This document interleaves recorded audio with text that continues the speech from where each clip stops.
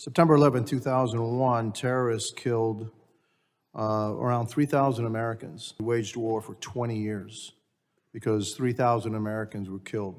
70,000 Americans are being killed every single year by fentanyl, and we're doing nothing about it. The safety and security of people has always been on my mind, not only of my home state of Mississippi, but across this nation. I want to be clear that due to the Biden administration's open border catch and release policies, cartel crime is transitioning from a border issue to a national issue. We can all agree that Mexican cartels pose a direct threat to U.S. interest. We can all agree that we need to fight the scourge of fentanyl in this country. We can also agree that this body and the United States government should prioritize addressing these issues. Now, we have the most illegal immigration in our country's history. Decisions matter. A lack of leadership on this front matters. People are losing their lives. Children are being sold into the sex traffic slave trade because of decisions that are being made. Southwest border is wide open, and the evidence is clear. The United States is the most powerful nation in the world, and yet we do not control our own sovereign southwest border. I believe the safety and security of America must be a top priority. We're still averaging more than 3,000 Border Patrol apprehensions a day. Jay Johnson once said that 1,000 overwhelms the system and is a crisis.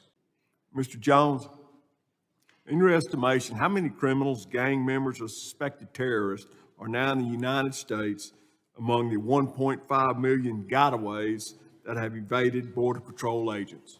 Congressman, thank you for your service. We have no idea. The border is so wide open. This crisis is not a border crisis. It is a public health crisis. The people flooding to our border, whether between the ports or at them, are still having to put themselves in the hands of the cartels, paying hundreds or thousands of dollars to get to the border, no matter where they cross. Can you walk the committee through how cartels are using Mayorkas' open border between the ports of entry, where there is little infrastructure stopping them to smuggle these drugs into our country? So I would say, first of all, they're making billions of dollars, so funding is not an issue. And then they're flooding the zones.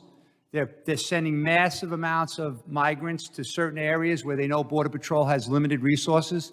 And then they're using the open border area to just smuggle in unlimited amount of people, unlimited amount of drugs, and of course, bringing the weapons south and the money south.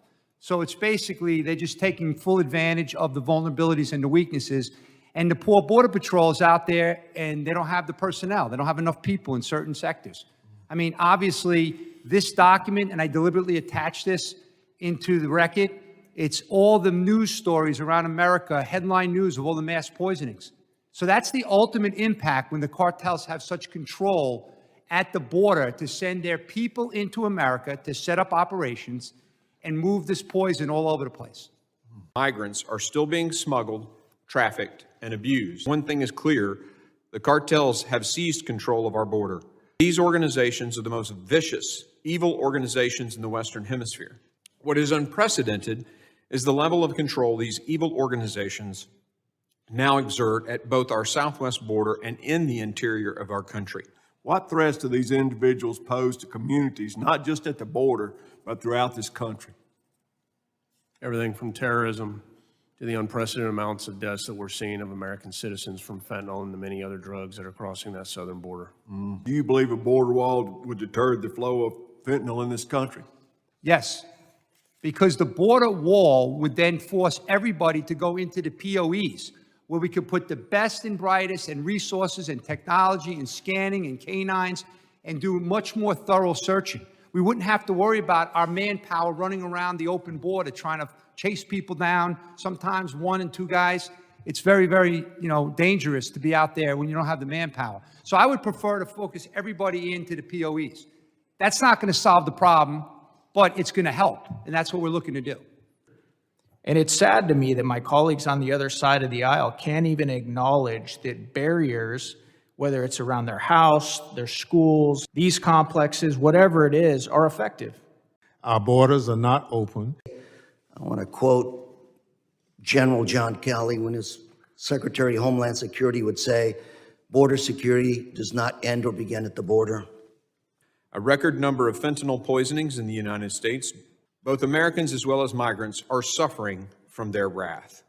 While Secretary Mayorkas's policies have pulled thousands of Border Patrol agents off the line to process and release these aliens into the interior as quickly as possible, this is not the work they signed up to do. And the former chief of the Border Patrol recently told us has made many agents feel like smugglers themselves. The violence and atrocities are not just being felt along the border. Our American communities throughout the country are suffering as well. And the cartels are continuing to push fentanyl into our country in record amounts, destroying our communities one family at a time. Over the past 7 months, the character of the Homeland Security Committee has fundamentally changed from a bipartisan, solutions-focused committee to a platform for the most extreme mega schemes. To be honest, I'm embarrassed, wasting the committee's time. This entire endeavor is nothing more than a political stunt, hatched in back rooms so extreme mega Republicans can exert power over the Speaker. Today's hearing is yet another stunt to appease that crowd and full of extreme mega rhetoric masquerading as fact. Instead of holding oversight hearings that would strengthen our nation's security and improve our Department of Homeland Security's authorities to carry out its complex mission, the majority is stuck in a southwest border Groundhog Day. Repeating the same hearing over and over again until extreme mega members get their way is not oversight. Don't get me wrong. Addressing problems at America's border is a serious task, but oversight is about following the facts, not going on a fishing expedition when the facts don't fit an extreme mega narrative. Mr. Jones, I want to say I heard your testimony. I listened to it very carefully. I got to tell you, I really don't like what you said. But as an individual that's worked a lot on both sides of the border, I have to tell you, you have some valid points. We do need some extreme solutions. We need to coordinate with Mexico. We need to get it right. I will tell you that those statistics you gave are fantastic, and I applaud the efforts of all of those in Mexico who are in harm's way. They have some incredible people working to try to fight for their country, but none of this matters.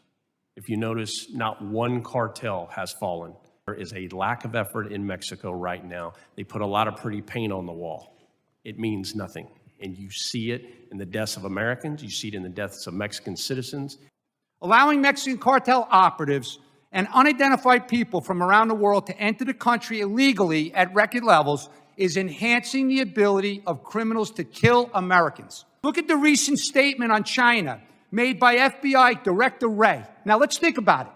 He said how China is the biggest national security threat to our long term of this country. Based on that warning, let's look at the facts. Already this year, 14,655 Chinese nationals, many of them military-aged men, are being apprehended on the border. So my question to everyone here, what are they coming here for, military-aged men from China? And how many are in those gotaways?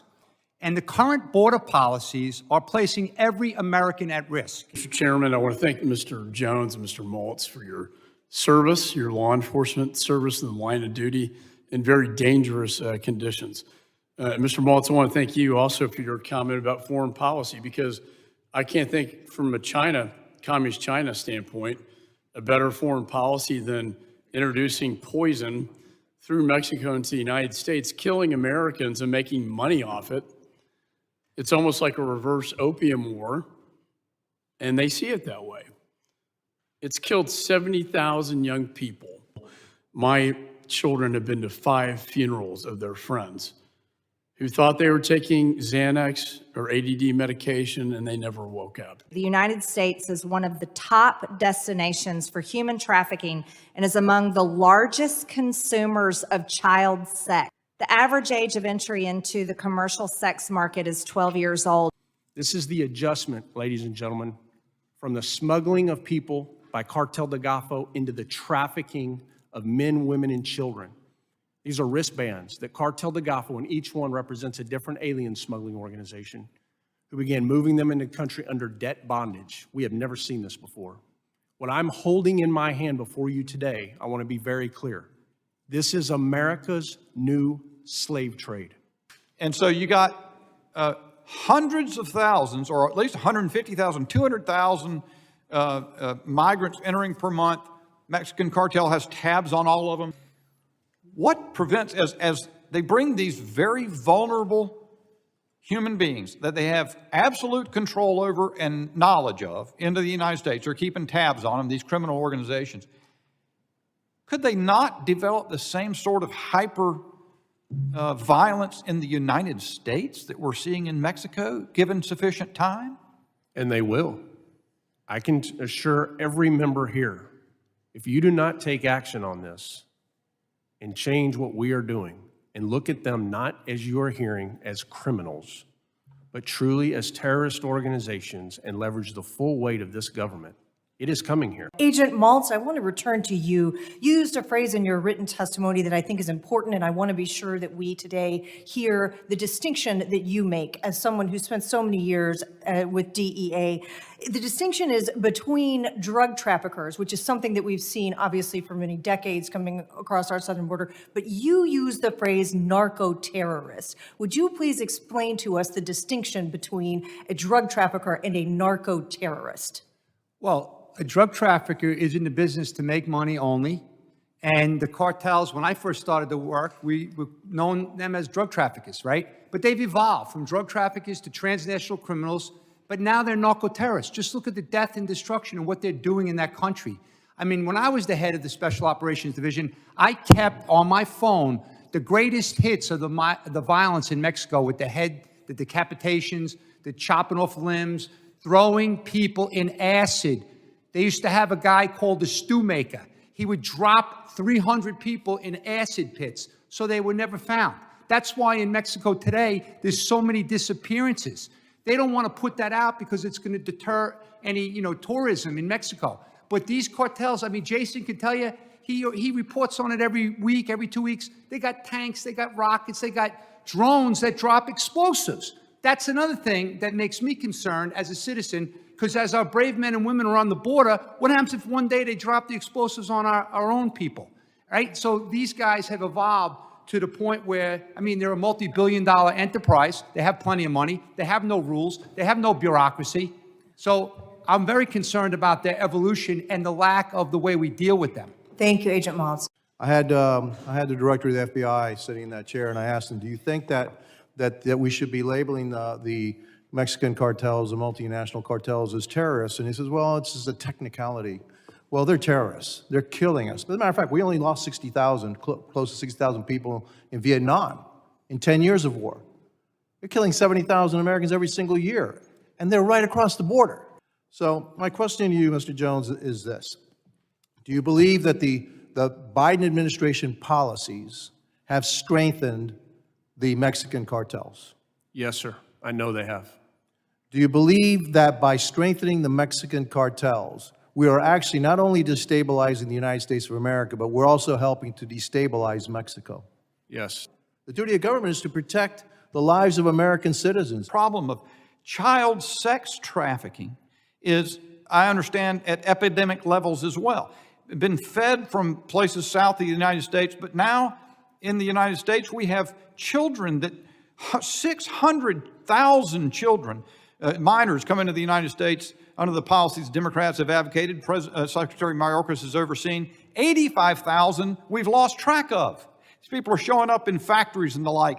But that's not even the worst of it. It's the people being sold into another form of bondage, Mr. Jones, sex trafficking. You keep up with that at all, Mr. Maltz, the sex exploitation of children? Yes, sir, because the cartels control it all at the border. They have total control of the border, so they're making money on all those young kids, those innocent kids. And that's why I commented before, because of all these rapes and these assaults on these young children as they make the journeys up into the United States. But one thing I would want to add is that, Secretary Mayorkas did say that the fentanyl overdoses are the single greatest challenges that we have in America.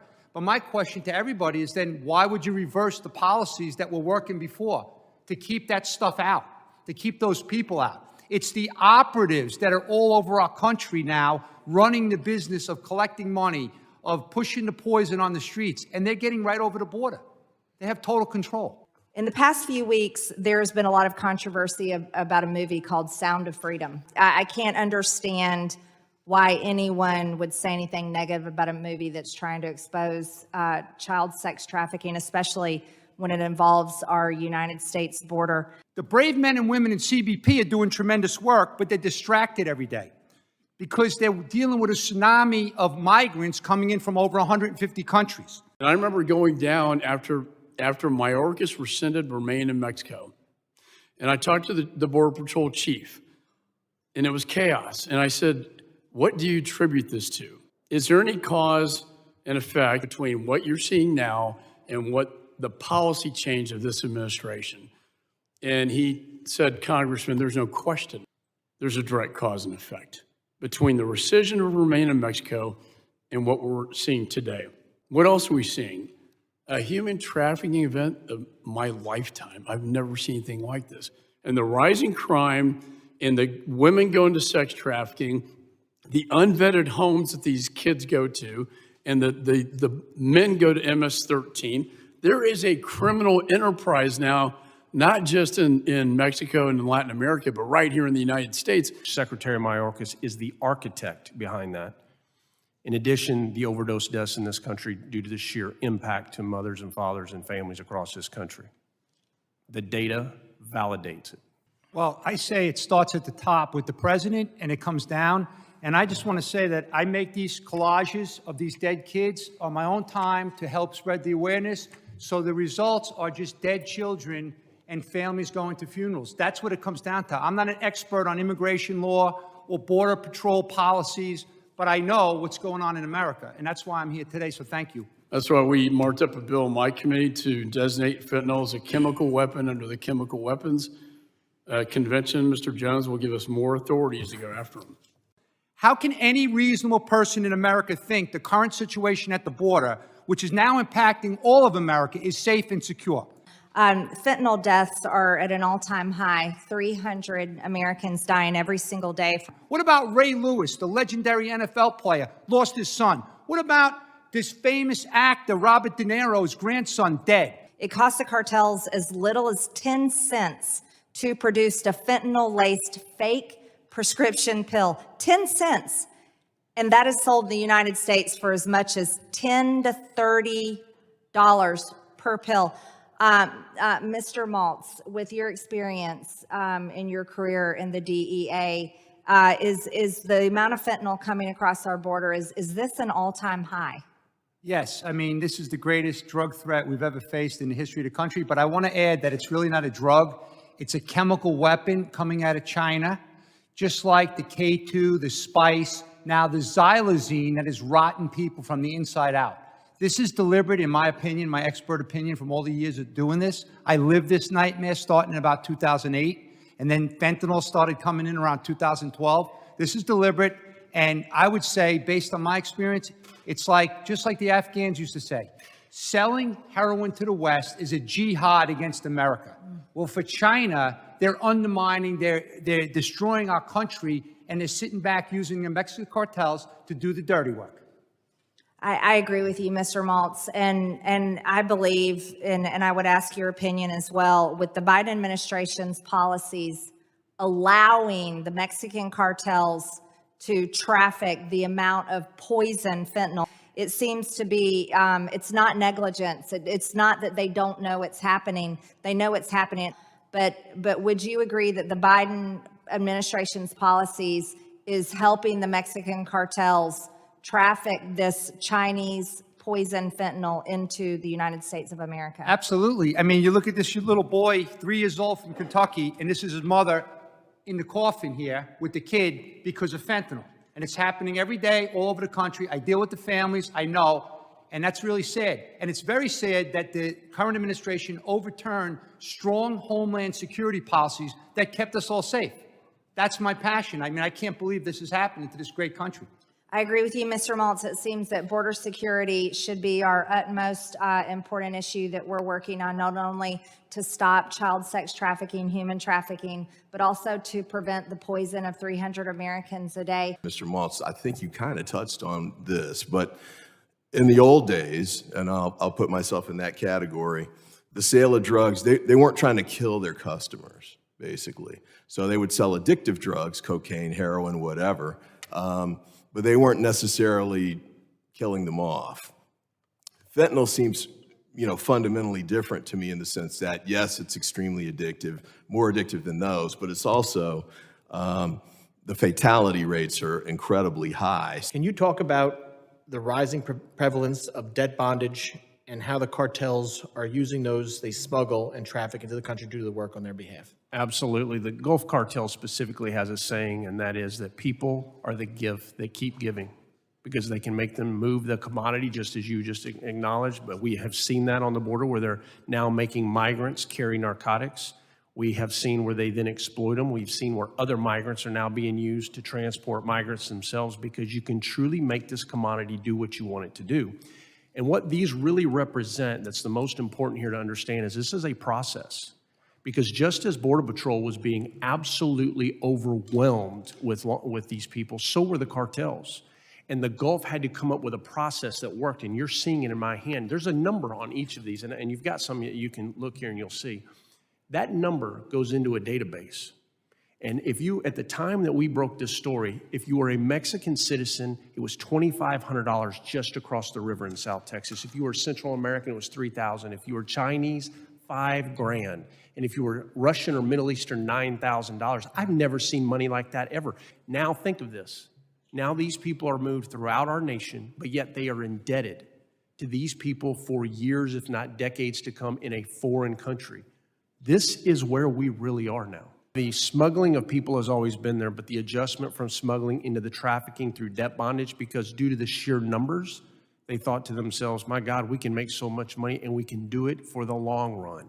This is the game changer. When you think of human trafficking, most people think of commercial sex. That's one piece of it. Don't forget you have forced labor, and this is your final form, debt bondage, and now it's nationwide.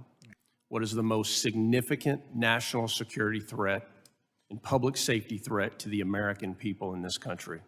And that is our common enemy, the Mexican cartels. These are no longer drug cartels. They have evolved from organized crime in 2006 into an insurgency in Mexico. Is that you have to take aggressive action.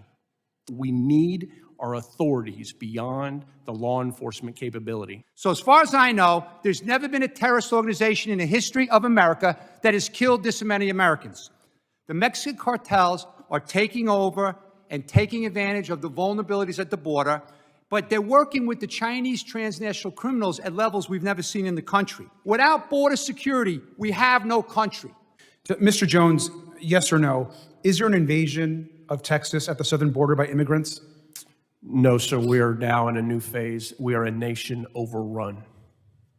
So we're a nation overrun, no longer an invasion. You don't believe there's an invasion going on? I'm saying we're even beyond an invasion. Our country needs responsible leadership. It needs border security. We just keep having the same Groundhog Day hearing over and over again. Agent Maltz, I want to return to you. You used a phrase in your written testimony that I think is important, and I want to be sure that we today hear the distinction that you make as someone who spent so many years with DEA.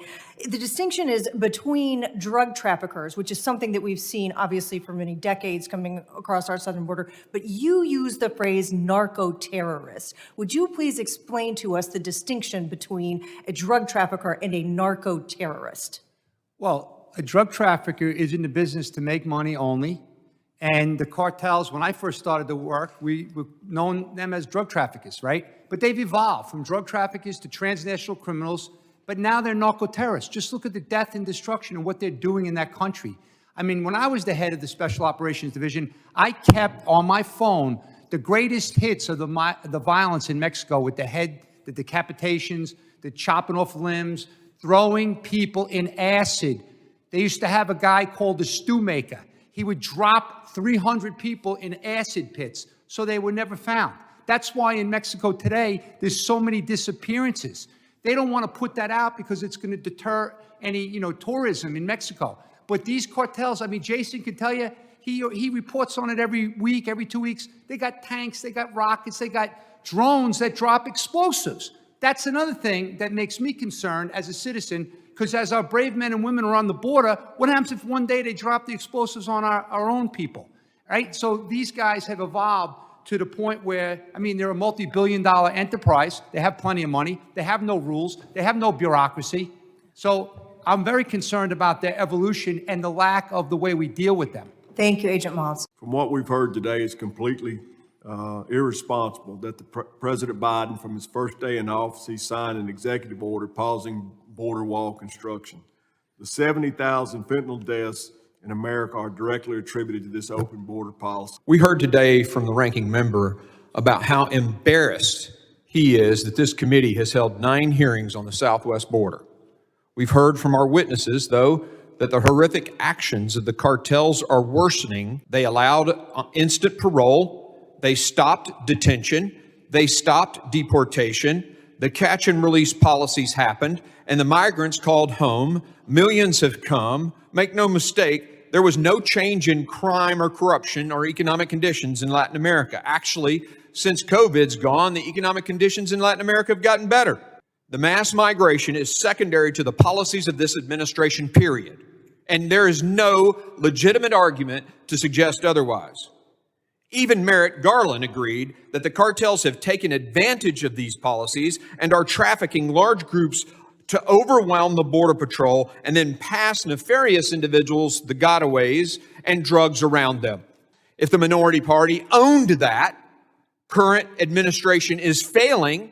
Perhaps if the administration addressed the problem, we could move on. But the numbers are not going down. CBP's one app shell game, not releasing the OFO numbers, moving the numbers from crossing over to the ports of entry and then giving automatic parole to those individuals, not decreasing the incentive. They're still coming, and the drug cartels will continue to take advantage of it, just like Merrick Garland said.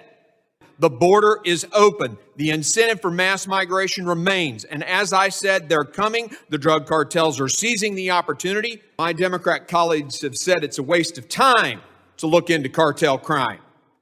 They said it was a waste of time to address the dead Americans to fentanyl. 9 committee hearings is too many. They say, look at all the policies that this administration has done. Well, they're not working. At the southwest border, the human trafficking, the overdose deaths, the cartel crime, murders, is the greatest threat to this country. So yeah, we're going to continue until the border is controlled and the cartels are stopped.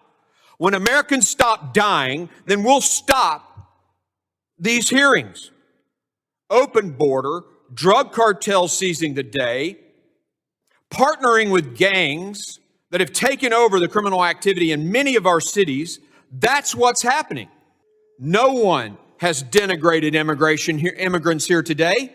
Not a single individual has picked on a particular race of individuals or anything. Yet that's what they want to imply. I am offended by that. This is about migration policies that have resulted in the drug cartels taking advantage of them and killing Americans. I hope the media is paying attention. Americans are dying, and the left is saying our committee's investigating this as an embarrassment. Our border is not controlled by us, yet investigations are an embarrassment.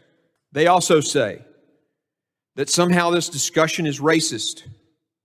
It is not racist to say we have a problem at our southern border. It's not racist to say that the cartels are seizing this opportunity of our open border and the automatic patrol and the mass waves of people who are coming. It is not racist to say that. The only reason they bring up that it's racist or that we're trying to impeach or it's some kind of dog and pony show is because they can't tell you that Americans aren't dying. They can't say, oh, look, the numbers are going down on Americans dying due to fentanyl. Look, the drug cartel crime is going down in America. They can't make a valid argument against those facts. Well, I'll tell you when the committee hearings will end. They'll end when this administration starts fixing the problem. They'll end when the White House recognizes that their Secretary of Homeland Security isn't doing his job. That's called a dereliction of duty. It is the job of this committee to get to the bottom of what's going on, and we will do it. The Democrats are on record. They think this Homeland Security Committee's investigation of the border, the oversight of the border, is embarrassing. They don't want these hearings because they don't want the light shined on what's going on. We will not stop until we get to the bottom of it and the problem gets fixed.